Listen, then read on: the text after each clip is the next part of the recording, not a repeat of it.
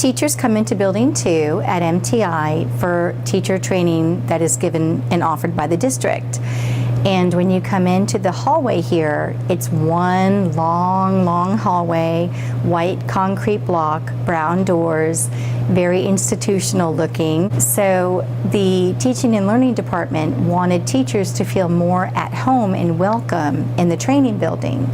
So just a few years ago, they started a student artwork display, and it has grown into over 60 pieces of art displayed in this building alone. We also had student artwork at the school board building in the lobby, and in the school board room there were pieces of artwork that had been purchased by the district at fine arts events such as FAFO, and that those artworks had been in there for several years.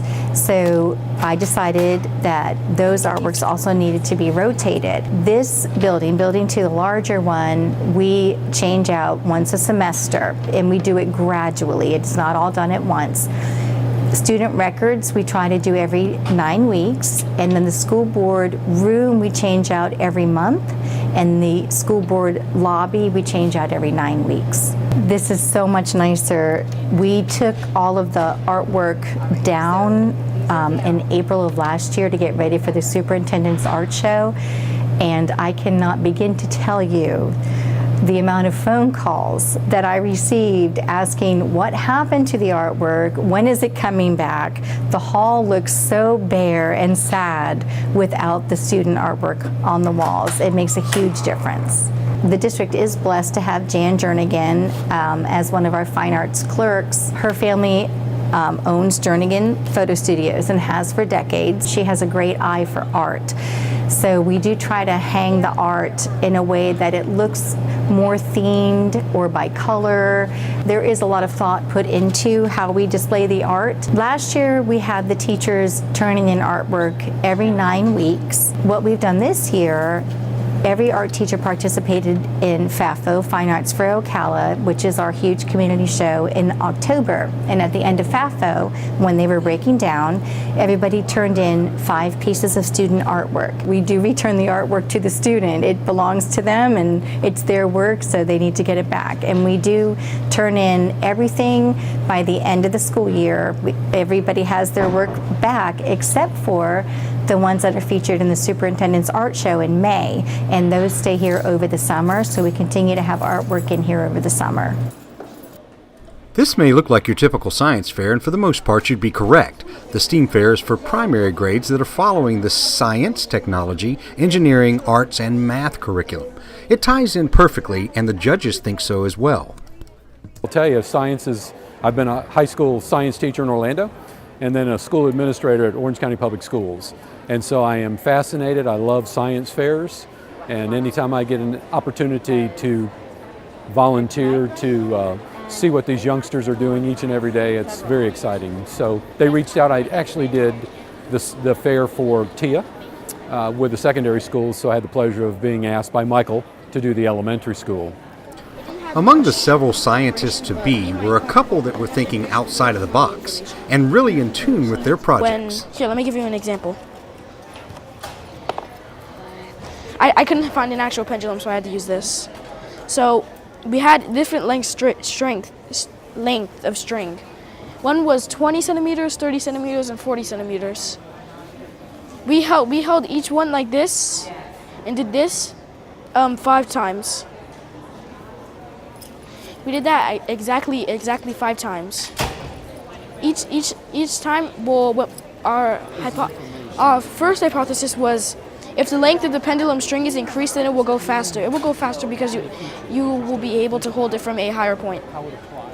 But that wasn't what actually happened. I thought because of the square magnet after, it weighed less, so it didn't really change a lot. Not a lot of people know how horses are controlled, and if they don't ride horses, they just say, oh, okay, we just have reins, I'm just gonna do it. Because I like to figure out things behind why they work.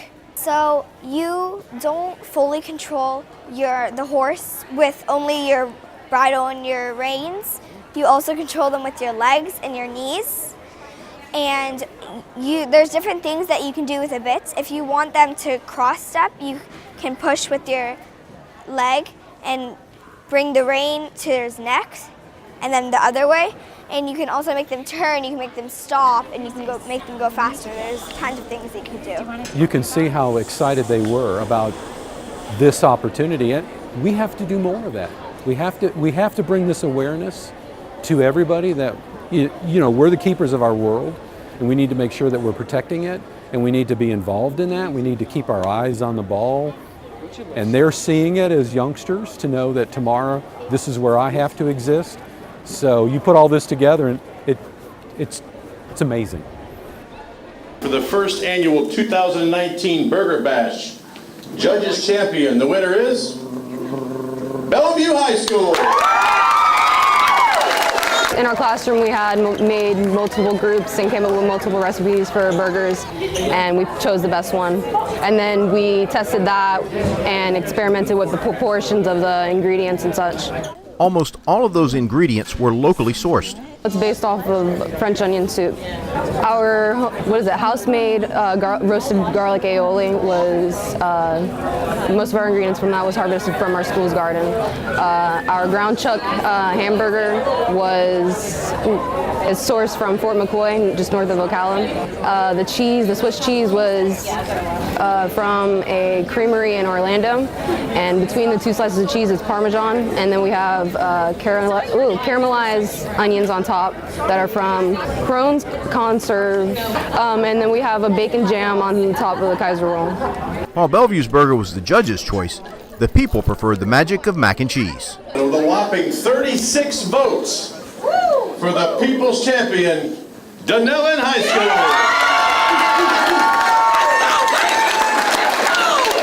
From mac and cheese to French onion soup to fried green tomatoes, the ingredients and inspiration ran the gamut. Burger is really a symbol of United States.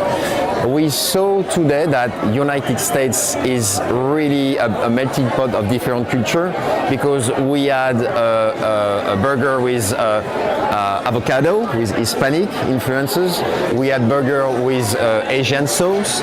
We had burger with pico de gallo or with Italian cheese, and we even have a burger with French onion soup. So, I mean, that's really something that's a symbol, but you can mix that with every richness of this country, and that's great because that's really universal. Cooking is universal for me. The Burger Bash raised over $1,000 to help send students to culinary competitions and also showcased the students' creativity. Competition, it's a fantastic way to see what do we have, you know, in the local area.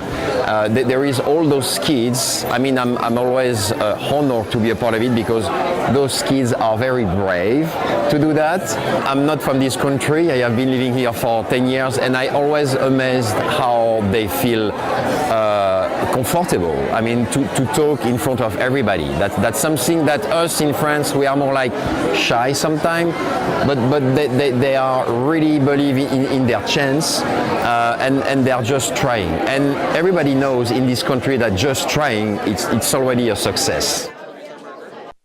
Without transportation, our schools would be empty. Before teachers, administrators, and even janitors, it takes a bus driver to stand at the forefront of a child's education. At $12.50 an hour starting salary, Marion County Public Schools offers benefits, a schedule with school holidays off, and the security of a guaranteed 4 hours per day with extra hours available. Apply online or call the transportation hotline today to learn how you can have a positive influence on students in our community.